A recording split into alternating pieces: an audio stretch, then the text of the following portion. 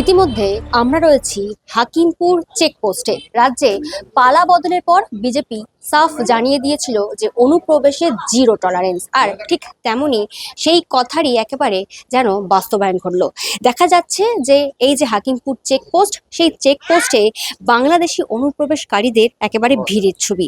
গত সোমবার থেকে দেখা যাচ্ছে স্বরূপনগর থেকে শুরু করে হাকিমপুরে যে চেকপোস্ট, সেই সমস্ত চেকপোস্টে কিন্তু যে সমস্ত বাংলাদেশি অনুপ্রবেশকারীরা যারা বেআইনিভাবে যারা প্রবেশ করেছিলেন, তারা কিন্তু ভিড় জমাচ্ছেন। এবং সেই ছবিটা আমি বলবো শুভমকে দেখাতে, যে চারিদিকে কিন্তু দেখতে পাচ্ছেন যে কম্বল থেকে শুরু করে বাসনপত্র থেকে শুরু করে যে সমস্ত দরকারি জিনিসপত্র, সেই সমস্ত দরকারি জিনিসপত্র নিয়ে কিন্তু যে সমস্ত বাংলাদেশি অনুপ্রবেশকারীরা বেআইনিভাবে বাংলাদেশে প্রবেশ করেছিলেন এবং দীর্ঘ বছর ধরে এখানে বসবাস করছিলেন, তারা কিন্তু সেই সমস্ত জিনিসপত্র নিয়ে একেবারে বর্ডার লাইনে তারা একেবারে হাজির হয়েছেন। এবং সরাসরি সেই ছবি যেমন দেখাচ্ছে, তার সাথে কথাও বলবো।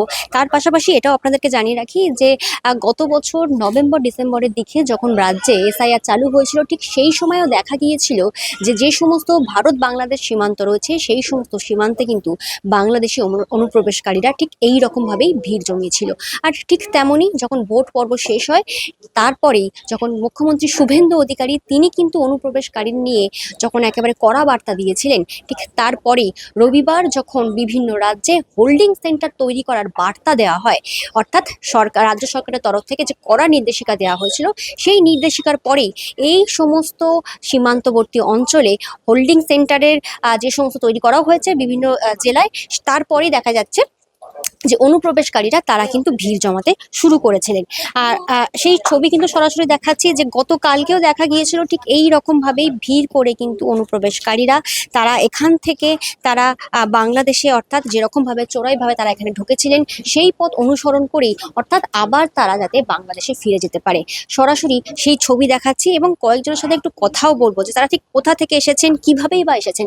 আর দিদি একটু কথা বলবো যে কোথা থেকে এসেছেন? বাংলাদেশের তো এসেছে। বাংলাদেশের কোথা থেকে? খুলনাতে। খুলনা থেকে এসেছেন। আচ্ছা, কিভাবে এসেছিলেন? বিলাকে দালালের মাধ্যমে। দালালের মাধ্যমে। কত টাকা দিয়ে এসেছেন? 20,000। 20,000 টাকা। কত বছর আগে? 2 বছর আগে। 2 বছর আগে। কি কারণে এসেছিলেন? কাজ করতে এসেছিলাম। আচ্ছা, কাজ খুঁজতে এসেছিলেন, 20,000 টাকা দিয়ে এসেছেন? 20,000 টাকা মানে তো অনেক টাকা। এই দেশে একটু ভালো লাগে বলে এসেছিলাম। এখানকার কিছু কাগজপত্র মানে সরকারি কাগজপত্র হয়েছে? না, আমার কোনো পরিপাতে করিনি আমরা। কাগজপত্র কিছু হয়নি। তাহলে এখানে কি কাজ করতেন? বাসন মাজতাম। থাকতেন কোথায়? বারাসাত। বারাসাত। যেখানে থাকতেন সেখানে এই দেশের কোনো কাগজপত্র দেখতে চাইনি? না। কোনো কাগজপত্র দেখতে চাইনি। ওইখানকার কাগজপত্র আছে? আছে আছে আছে, ওই জায়গায় সব আছে। ওই জায়গা সব আছে। এখানে কতজন লোক এসেছে?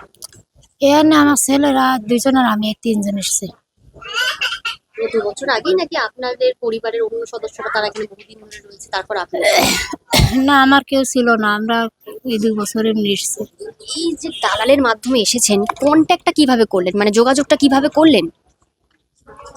যোগাযোগ করেছি, অন্য লোক কত লোক আসে ওই তাদের সাথে যোগাযোগ করেছি, আরো লোক তো আসে। তাদেরকে চিনতেন? ওই চেনা পরিচয় হয়, ওই যখন আসি এক জায়গায় তখন ওই চেনা পরিচয়। হ্যাঁ, দালালকে চিনতেন? না, কখন কোন বরাদ্দে আনে, কোন দালালে আনে, অত চেনা পরিচয় থাকে না। আচ্ছা, খুলনা জেলার যে গ্রামে আপনি থাকতেন, সেখানকার এখন মানে বাড়ি, সম্পত্তি, আত্মীয় স্বজন সব রয়েছে? আছে। সব আছে। তাদের সাথে ফোনে কথাও হতো? হ্যাঁ, ফোনে কথা হয়। 2 বছর বলছেন, তাই তো? হ্যাঁ, 2 বছর। 2 বছর। 1 বছর যখন এই সবে তো সরকার পাল্টেছে, তৃণমূল সরকারের আমলে এরকম অসুবিধা ফেস করেছিলেন? না, এখান তো থাকতে পারিস, এই যে বিজেপি হয়েছে সে এখন সব তাড়াই দিচ্ছে, পরাবই তখন চলে যেতে আসছে আমাকে। এখন তো আপনার সবই আছে, ফিরে যাচ্ছে, সবাই মিলে ফিরে যাচ্ছে। কাঁটা তার কি টপকে এসেছিলেন নাকি অন্য রাস্তা? না, আমরা শুকনো রাস্তা দেখছিলাম, ওটা খালের ভিতর দিয়ে। খালের ভিতরে? একদমই। ঠিক যেমনটা বলছিলাম, কেউ এসে নয়তো দালাল ধরে, নয়তো কেউ আবার এসে বিগত 20 থেকে 25 বছর বছর আগেও কিন্তু এখানে এসেছেন। এমনকি অনেকে বলছেন এই কথাটাও যে এখানে যে সমস্ত সরকারি সুযোগ সুবিধা, সেই সমস্ত সরকারি সুযোগ সুবিধাও পর্যন্ত তারা উপভোগ করেছেন। অর্থাৎ আধার কার্ড থেকে শুরু করে ভোটার কার্ড, এমনকি অনেকে ভোটও দিয়েছেন।